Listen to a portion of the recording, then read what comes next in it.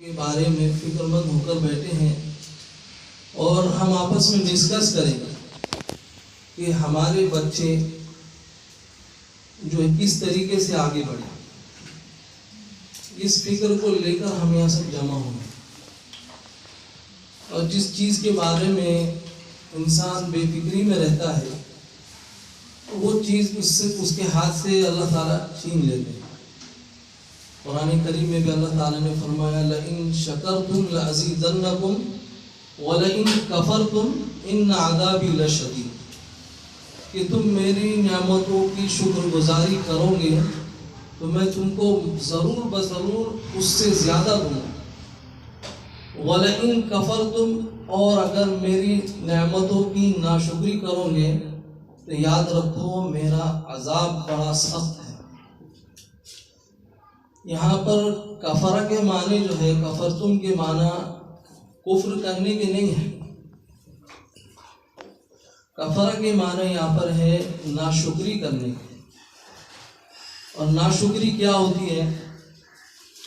नाशुक्री ये होती है कि अल्लाह ताला ने जो नेमत हमको दी है उसको उसके मकाम पर और उसको उसके मर्तबे से हटाकर किसी और जगह रखना।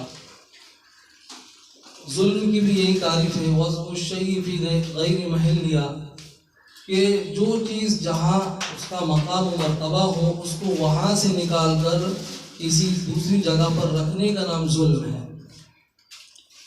मसलन छोटी सी मिसाल, अगर कोई सर का दुपट्टा या सर की टोपी अपने पैरों में रखने लगे तो ये पैरों में रखने की वजह से, जगह बदलने की वजह से ये उस पर जुल्म होगा। इसी तरीके से हर चीज़ का एक मकाम है, उस मकाम से हटकर उस चीज़ को दूसरी जगह पर रखने का नाम जुल्म है और कुफ्र है। तो अल्हम्दुलिल्लाह आज की इस मजलिस में हम उन्हीं बातों के बारे में तज़किरा करेंगे। सबसे पहले तो ये हमारा जमा होना इसलिए है कि हमारे बच्चे अल्हम्दुलिल्लाह एकेडमी में काफ़ी वक्त से पढ़ रहे हैं और कुछ बच्चों के अंदर बहुत ज़्यादा इम्प्रूवमेंट हुआ है और कुछ बच्चों के अंदर जो है दरमियानी दर्जे का हुआ है और कुछ में बहुत कम हुआ है। तो हम एक क्वेश्चन मार्क लेके और ये सवाल लेकर आए हैं कि अगर हमारे बच्चे के अंदर इम्प्रूवमेंट नहीं हुआ तो उसकी क्या वजह है, ये डिस्कस हम करेंगे और उसको दूर करने की कोशिश करेंगे। क्योंकि अल्लाह तबारक व तआला ने क्या फरमाया है, पहली आयत जो मैंने तिलावत फरमाई आपके सामने, वल्लज़ीना जाहदू फीना लनहदियन्नहुम सुबुलना, कि जो लोग कोशिश करते हैं, जद्दोजहद करते हैं, तो मैं उनके लिए ज़रूर रास्ता उनके लिए आसान कर देता हूँ और उसके लिए मैं कोई ना कोई रास्ता ज़रूर निकालता हूँ। ना तो अल्लाह ताला ने हमारे हाथ में कोई जादू की छड़ी दी है या ना ही कोई हमारे पास ऐसे इसमें आज़म है कि जिसको पढ़ेंगे और हम बच्चे को बोलेंगे हाफिज़ हो जा तो हो जाए। ऐसा है कि भाई? ऐसा है।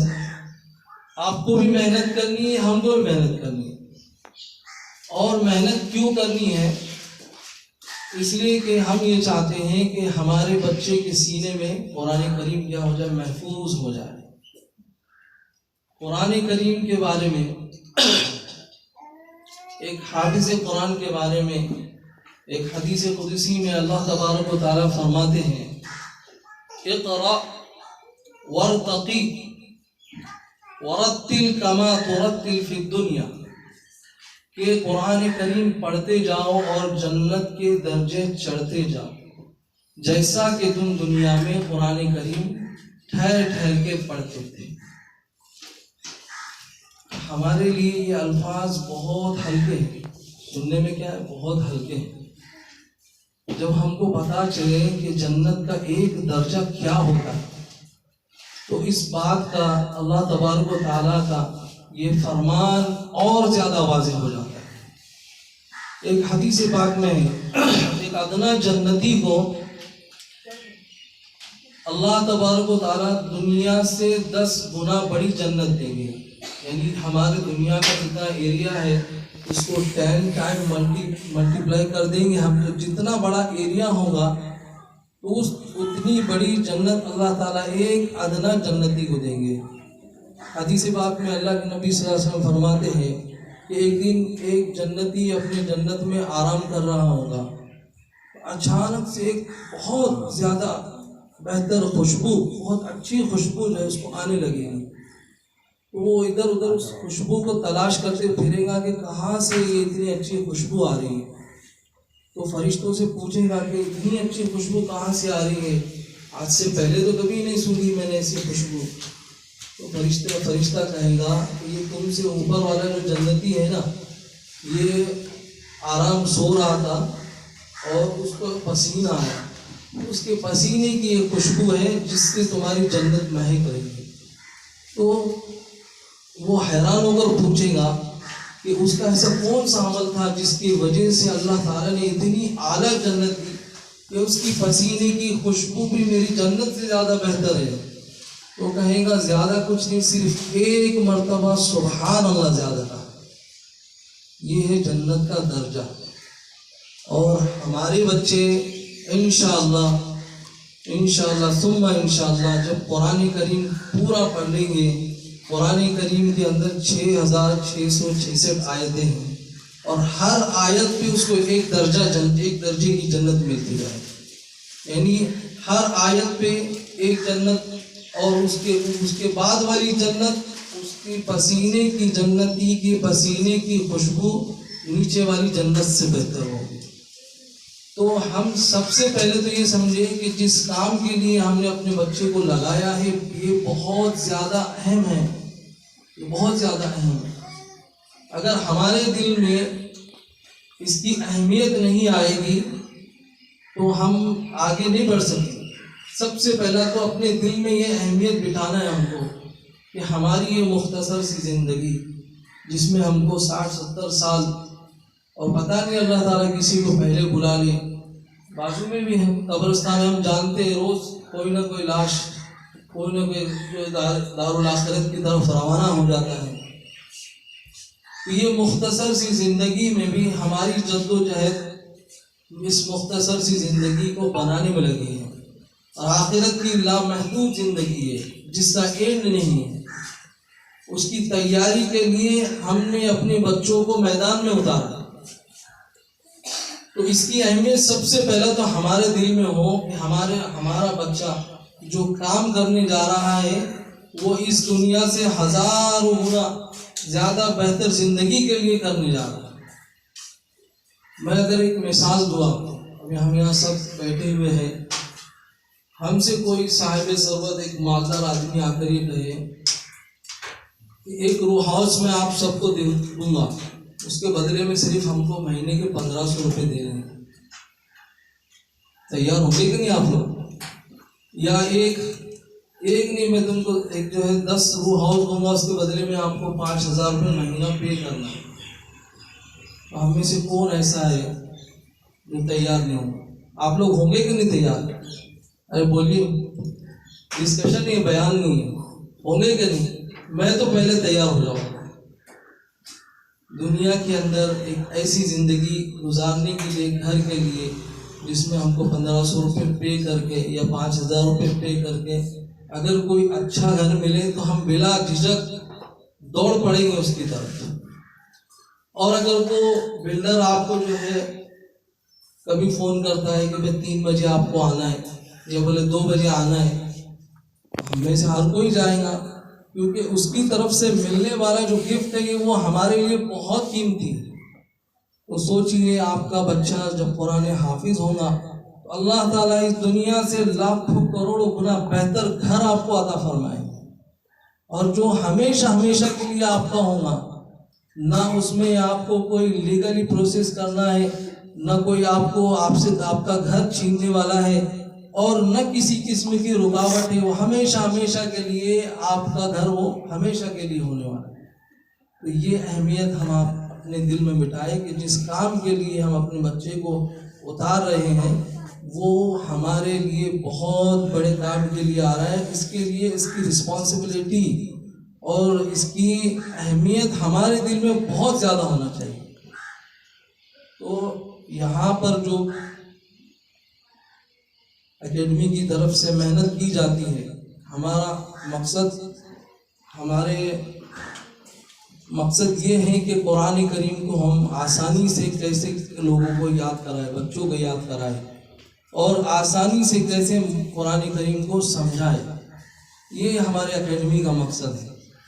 और जो सबसे बड़ी नीड और सबसे बड़ी जो ज़रूरत आवाम की हमने देखी कि वक्त का बहुत ज़िया हमारे इस फील्ड में होता है, तो उसको हमने सामने रखते हुए हर दिन का हमारा जो है तालीमी रिपोर्ट हमारी बनती है, माहाना एग्ज़ाम होते हैं, इस अहमियत को सामने रखते हुए तो हम तो इस बात को समझ गए थे, असातिज़ा समझ गए थे।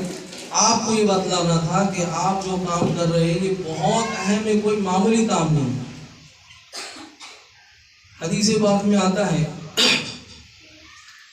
बहुत प्यारी आयत है, 24वें पारे के अंदर अल्लाह ताला ने फरमाया है, हत्ता इदा जाऊहा व फुतिहत अबवाबुहा व क़ाल लहुम खज़नतुहा अलैकुम सलामुन तिब्तुम फदखुलूहा खालिदीन।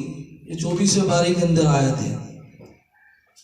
हाफिज कुरान जब हाफिज हो जाएगा, क़यामत के दिन अल्लाह ताला आसमान पड़ जाएगा और सूरज को जो है लपेट दिया जाएगा, पहाड़ रेजा रेजा हो जाएंगे, सारी कायनात के इंसान बेहाल होंगे और सब लोग जितने भी लोग वहाँ पर मौजूद होंगे वो सब के सब अल्लाह रब्बुल आलमीन का खौफ खा रहे, अंबिया रसूल सब अल्लाह के खौफ से डर रहे हों।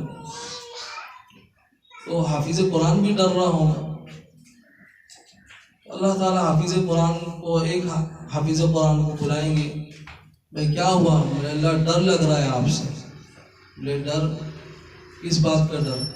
अल्लाह सब डर रहे, मुझे भी डर लग रहा है, पता नहीं मेरा क्या बनने वाला है।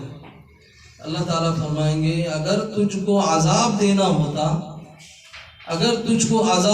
होता तो तेरे सीने में कुरान में डालता ही नहीं। तेरे सीने में जो कुरान ये मेरा कलाम है, अगर अजाब देना होता तो तुझको हाफिज कुरान नहीं बनाता। इतना अहम काम है हमारा। एक हदीस पाक में है, जब जो हदीस कुदसी मैंने आपके सामने पढ़ी, जब हाफिज कुरान 6666 दर्जे की जन्नत पे पहुंच जाएगा, पहुंचने के बाद अभी थोड़ी उसके अंदर हिम्मत आ जाएगी, आने के बाद देखेगा कि जैसे ही पहुंच गया जन्नत का दरवाजा खुल गया उसके लिए। अब जन्नत है 10 कदम पर।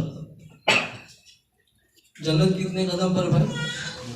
10 कदम पर जन्नत है। अल्लाह ताला रोक देंगे उसको, पूछेंगे या अल्लाह यहाँ तक तो पहुंचा दिया, जन्नत का दरवाजा भी खुलवा दिया, अब जो है मुझे क्यों रोक रहे हो? थोड़ी हिम्मत आ गई ना कि इतनी ऊंची जन्नत तक तो पहुंचा दिया। अल्लाह ताला फरमाएंगे ठहर जा, तेरे लिए कुछ स्पेशल है। फिर फरिश्तों से कहेंगे सब मिलकर इनको क्या करो? सलाम करो। तो इस आयत के अंदर अल्लाह ताला ने फरमाया हत्ता इदा जाऊहा व फुतिहत अबवाबुहा व क़ाल लहुम खज़नतुहा सलामुन अलैकुम तिब्तुम फदखुलूहा खालिदीन। तो तमाम के तमाम फरिश्ते जो हैं उसको सलामुन अलैकुम कहेंगे। और फरिश्तों की आवाज़ इतनी प्यारी होंगी कि वो सुनता रह जाएगा और भूल जाएगा कि वो कहाँ क्यों आया था। फिर अल्लाह ताला फरिश्तों को कहेंगे खामोश हो जाओ। वो देखेंगे अल्लाह ताला को, अल्लाह न दुनिया में कभी ऐसा म्यूज़िक सुना, न कभी ऐसी आवाज़ सुना, इतनी खूबसूरत प्यारी आवाज़ थी, अल्लाह चलने दीजिए, ठहर जा। फिर अल्लाह ताला कहेंगे, एक दूसरी आयत में सूरह यासीन में अल्लाह ताला ने फरमाया लहुम फीहा फाकिहतुन व लहुम मा यदऊन सलामुन कौलन मिर रब्बिर रहीम। जैसे जन्नत के अंदर दाखिल होगा, अल्लाह ताला कहेंगे अल्लाह ताला की तरफ से सलाम आएगा, सलामुन अलैकुम सलामुन अलैकुम। अल्लाह रब्बुल आलमीन की आवाज़ सुनकर वो जन्नती, वो हाफिज़ कुरान जन्नत के दरवाजे में बैठ जाएगा। फिर अल्लाह ताला फरमाएंगे, भाई जाता क्यों नहीं अंदर? मेरे अल्लाह, मुझे तो सब कुछ मिल गया, जन्नत मिल गई, इतनी प्यारी आवाज़, अब मैं नहीं जाऊँगा आगे। बोले अभी तो तुमने सिर्फ सलाम सुना है, अभी दाऊद अलैहिस्सलाम के ज़मान में तुमको ज़बूर सुननी है और कुरान मजीद नबी पाक अलैहिस्सलाम पढ़ेंगे और उसके बाद मैं पूरा कुरान सुनाऊंगा तुमको। ये नेमतें हाफिज़ कुरान को अल्लाह ताला अता फरमाने वाले हैं और उस काम को, उसकी एक एक स्टेप को आगे बढ़ाने के लिए आप लोग जमा हुए हैं। जो काम हम रोज़ाना कर रहे हैं ये कोई मामूली काम नहीं है। जब वो हाफिज़ कुरान जन्नत में जाएगा, अल्लाह का सलाम सुनेगा तो बेचैन हो जाएगा और उसकी हालत जार हो जाएगी और वो इंतज़ार में रहेगा कि अल्लाह ताला मुझे कब कुरान मजीद सुनाएंगे। काफ़ी वक्त गुजर जाएगा। ये अल्लाह ताला की तरफ से ऐसी दो बड़ी नेमतें हैं कि इसके लिए आदमी जो कुछ करना चाहे उसको कर लेना चाहिए, जितनी चाहे मशक्क़तें उसको उठानी है वो उठा लेना चाहिए। हमारे पास कोई उज़्र नहीं होना चाहिए। अभी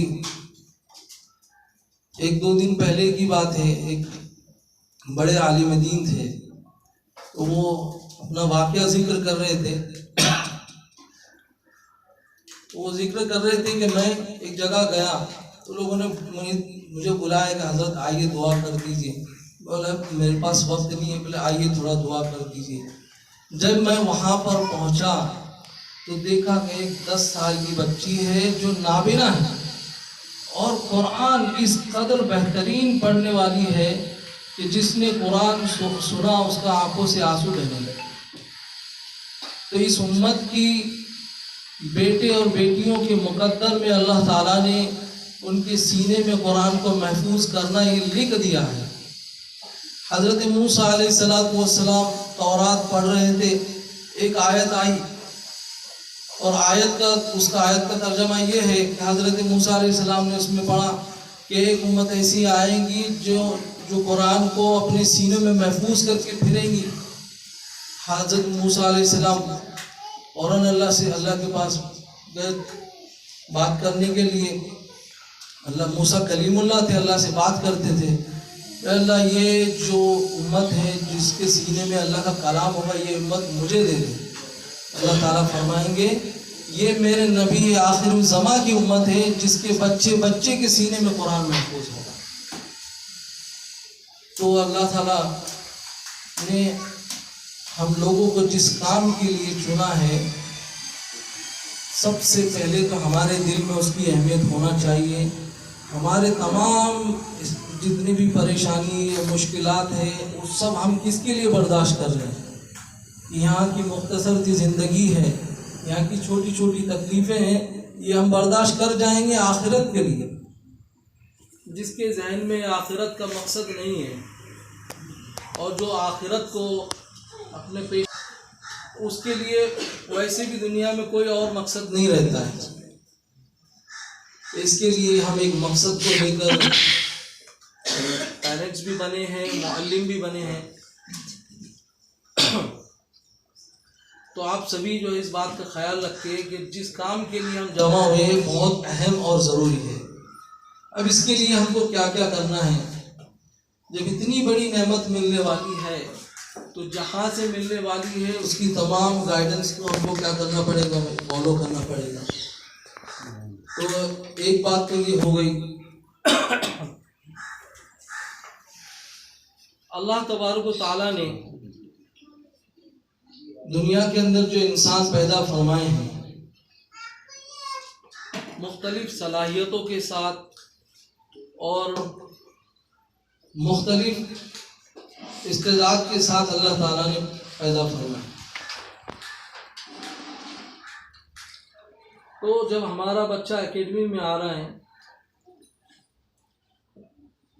तो हम, जैसे कि मैंने जिक्र किया, बच्चे जो है 3 किस्म के होंगे।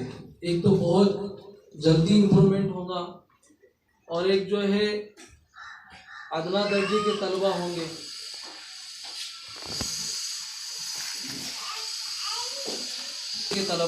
और एक कमज़ोर दर्जे के हैं। तो बच्चों की सलाहियतें अलग अलग होती है, मुख्तलिफ सलाहियत होती है। तो हमको क्या करना है कि हमारा बच्चा किस कैटेगरी का है, उसके अंदर क्या सलाहियत है, उसके अंदर कितनी सलाहियत है और वो किस तरीके से मेहनत कर सकता है, इसको हमको ऑब्जर्वेशन में लाना पड़ेगा। और ये आपके अकेले से नहीं होगा, आपको जो है असातिज़ा के साथ में मिलकर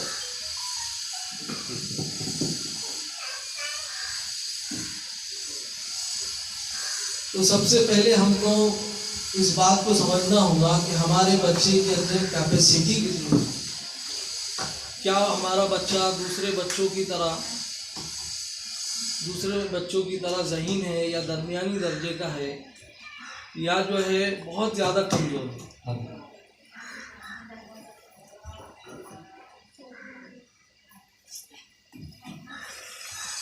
तो कैपेसिटी हमको देखना है बच्चे के अंदर क्या है, हमारा बच्चा किस लेवल का है। अगर हमारा बच्चा कमज़ोर है तो उस पर हमको नाराज़ होने की ज़रूरत नहीं है। मसला ये आता है कि जिनके बच्चे कमज़ोर होते हैं याद करने के अंदर, आवाज़ आ रही है आपको बात? तो जिनके बच्चे कमज़ोर होते हैं उनको ऐसा लगता है कि ये मेहनत नहीं करता, और उस्ताद जो है क्लास के अंदर क्या कर रहे, बच्चा 3-3 घंटे क्लास में रहता है और उसका सबक नहीं हो रहा है। तो ये हमको डाउट रहता है। इन डाउट को हम पूरा क्लियर करना है कि हमारे बच्चे के अंदर कमज़ोरी है तो ये क्यों करें, ये हमारी वजह से है क्या मौलिमों की वजह से, मौलिम पढ़ाने वाले मौलिमात की वजह से, किसकी वजह से है, इसको हमको ऑब्ज़र्व करना है। और उसके लिए आपको क्या करना पड़ेगा, इनकी जो माहाना रिपोर्ट रहती है उस माहाना रिपोर्ट के वक्त में मौलिम और मौलिमात के साथ डिस्कस करना है आपको कि हमारा बच्चा क्यों नहीं पढ़ रहा है। 4 महीने 6 महीने के बाद आप जब आएंगे यहाँ पर बगैर ये मालूम किए हुए कि बच्चे की माहाना रिपोर्ट क्या है, बच्चा कैसा पढ़ रहा है, तो उसमें आपको समझ में नहीं आएगा, क्योंकि हम 6 महीने के बाद जाग रहे। यहाँ तो 4 महीने में बच्चे का कायदा हो जाता, 6 महीने में कुरान पूरा हो जाता। तो हमको पहले दिन से क्या करना है, हमको पहले दिन से इस बात पर नज़र रखना है, जैसे ही माहाना एग्ज़ाम हो जाते हैं उसकी तालीमी रिपोर्ट देखकर पेरेंट्स को जो है मौलिम के साथ में या मौलिमात जो है पढ़ाने वाली है उनके साथ में डिस्कस करें कि हमारा बच्चा जो है कमज़ोर क्यों करे। जब आपस में डिस्कस करेंगे तो पता चलेगा हमको वजह क्या है। वजह मुख्तलिफ हो सकती है, किसी का घर की वजह से भी हो सकता है कि घर की वजह से जो है आपस में घर में कुछ तनाव रहता होगा जिसकी वजह से बच्चों का जहन जो है याददाश्त उसकी कमज़ोर हो जाती है, या उसका जहन कंफ्यूज रहता है कि क्या करना है क्या नहीं करना, ये भी एक वजह हो सकती है, या उसको सही गाइडेंस नहीं मिलते इसके लिए, ये भी हो सकता है। तो जो भी वजह रहेंगी हम उसको पर्सनली मौलिम और मौलिमात से डिस्कस करके उसको क्या करें, दूर करें। और याद रखें माँ बाप जो है बच्चे के लिए, बच्चा और माँ बाप की मिसाल ऐसी है जैसे कि एक प्लेन है और उसके चलाने वाले पायलट हैं। आप सभी जानते होंगे कि प्लेन जब उड़ता है तो उसके अंदर 2 पायलट होते, एक नहीं होता। क्यों होते 2 पायलट? चलाता तो एक ही आदमी है लेकिन 2 क्यों होते हैं? इमरजेंसी में अगर एक पायलट को कुछ हो जाए तो दूसरा जो है उस प्लेन को बराबर से संभाल सके। अगर एक पेरेंट, हमारे माँ बाप में से कोई एक ही जिम्मेदारी ओढ़ रहा है और वही कर रहा है, वो अगर बीमार हो जाए या किसी वजह से कुछ हो जाए तो बच्चे पे ध्यान नहीं दिया तो बिल्कुल ऐसे ही होगा कि एक प्लेन में एक पायलट सवार हैं और अचानक जो है इसकी तबीयत ख़राब हो गई तो उसके साथ में प्लेन की जो परवाज़ जो है ऊपर उड़ेंगी कि नीचे आएंगी? बोलिए भाई, एक मोटी सी मिसाल है, वो प्लेन क्या होगा, नीचे की तरफ आएगा। तो हमारा बच्चा हमको ऐसी परवाज़ देने वाला है, वो मकाम पे पहुंचाने वाला है जहां पर सबसे आला जन्नत है। तो उसके लिए हम दोनों पायलट को एक्टिव रहना पड़ेगा कि जहां पर शौहर की जिम्मेदारी है, बाप की जिम्मेदारी है, वो पूरी अदा करे, और जब वो नहीं कर पा रहा है किसी वजह से, वो दूसरे कुछ प्रॉब्लम आ गई, तो वो अपनी बीवी को और बच्चे की माँ को जो हैंड ओवर करके जाए कि ये तुमको करना है, और जो बीवी का काम है, माँ का काम है, वो माँ काम करे। अगर कुछ प्रॉब्लम आती है तो वो क्या करे, अपने शौहर को उसका जिम्मेदार बनाए, अकेला उसको बिल्कुल नहीं छोड़े। अकेडमी से आने वाले एक एक बातों को बहुत अच्छी तरीके से ध्यान में रखे। जो समझ में नहीं आया यहाँ पर आकर जो है ऑफिस में आकर और मौलवी से मिलकर उसको पूरा क्लियर कर ले। ऐसा ना हो 2 महीने 3 महीने के बाद आके बोले कि हमको मालूम नहीं था। अब कुछ पेरेंट्स होते हैं ऐसे, 4 महीने 6 महीने में आएंगे, बोलेंगे हमको तो ये मालूम ही नहीं था ऐसा है करके। तो ये आपके लिए भी अच्छा नहीं है और हमारे लिए भी अच्छा नहीं है। और हमारा और आपका छोड़िए, सबसे बड़ा नुकसान वो बच्चे का है जिसका ये कीमती वक्त इसके अंदर जो इन्वेस्ट हो रहा है।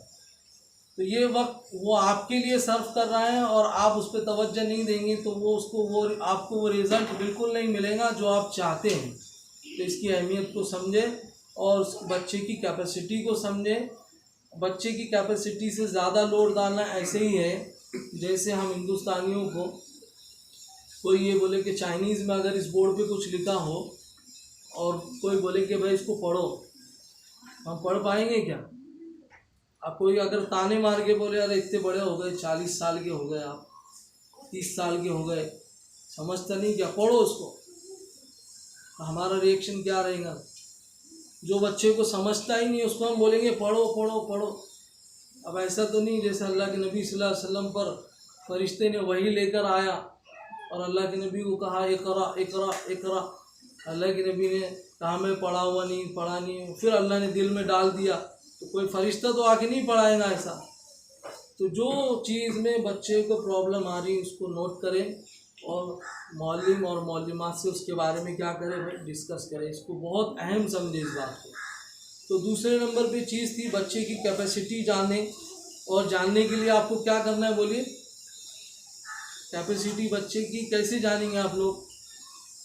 मंथली रिपोर्ट जो है उनकी, वो मंथली रिपोर्ट देखेंगे और मौलिम और मौलिमा से डिस्कस करेंगे। ठीक है, एक पॉइंट क्लियर हो गया? अब बोलिए, क्लियर हो गया? इसके बाद में है बच्चों की तरबियत।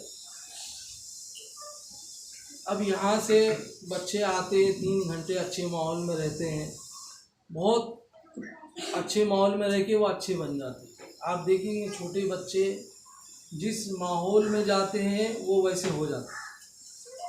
बाप को जैसा करता हुआ देखेंगे बच्चे वैसी नकल करते हैं, माँ को जैसा करते हुए देखेंगे बच्चे वैसी नकल करते हैं।